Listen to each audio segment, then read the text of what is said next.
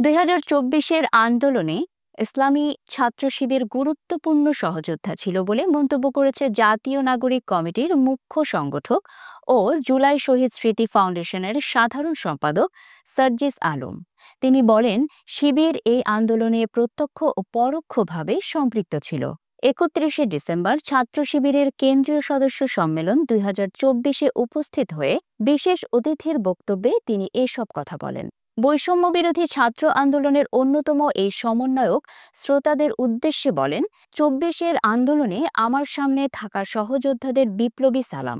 আমরা আগে যেমন একসঙ্গে বসে পরিকল্পনা করেছি, আগামী দিনেও এগিয়ে যাব।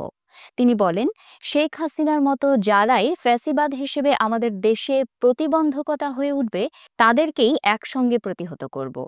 বিগত দিনে খুনি স্বৈরাচার শেখ হাসিনা যাকে বিপদ মনে করতেন, তাকেই ব্লেম গেমের মাধ্যমে হত্যা, গুম, খুন করেছেন। তিনি আরও বলেন, আমরা খুনি হাসিনাকে এই দেশ থেকে বিতাড়িত করেছি। শিবিরের সদস্যরা, আপনারা আপনাদের কাজের মাধ্যমে সামনে এগিয়ে যান।